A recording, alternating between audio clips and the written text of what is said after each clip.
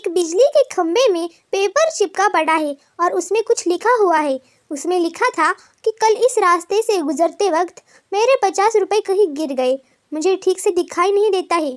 कृपया इस रास्ते पर कहीं भी किसी को भी 50 रुपये मिले तो इस पते पर पहुंचा दे। नीचे लिखे पते को पढ़कर उस शख्स का मन वहां जाने का करने लगा। उस शख्स ने पते को याद किया और उसकी तरफ बढ़ने लगा। वहां जाने के बाद जब उसने आवाज़ लगाई तो देखा कि गली के आखिरी में एक झोपड़ी है।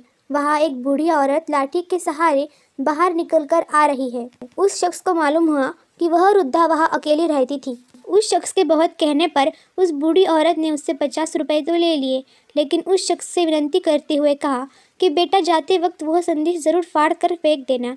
ना जाने किसने मुझ पर तरस खाकर ऐसा किया है। उस शख्स ने सिर हिलाते हुए बूढ़ी औरत की बात को हामी भर ली। थोड़ी दूर आने के बाद वो शख्स सोचने लगा कि आखिर मुझसे पहले आए उन 20-25 लोगों को भी तो उस बूढ़ी औरत ने वह संदेश फाड़ने के लिए कहा होगा, लेकिन किसी ने भी उसे अब तक नहीं फाड़ा। तो फिर मैं कैसे उसे फाड़ दूँ? उस शख्स के मन में उस व्यक्ति के लिए बहुत ही आदर का भाव आ रहा था जिसने बूढ़ी औरत की सेवा के लिए इस तरीके को ढूंढा। उस शख्स के मन को इस व्यक्ति के कृतज्ञता से भर चुका था। फिर क्या था, उस शख्स ने भी बिजली के खंभे में लगा उस संदेश को वैसा ही रहने दिया। दोस्तों, इस कहानी से हमें यही सीख मिलती है कि हमारे मन में सिर्फ कर्म करने की इच्छा होनी चाहिए। मदद करने के लिए तो अनेक तरीके हैं। अगर हमारे अंदर किसी की मदद करने की इच्छा हो तो हम किसी न किसी रूप से ज़रूरतमंद की सेवा कर सकते हैं। ऐसी कहानियों के लिए चैनल को सब्सक्राइब करिए।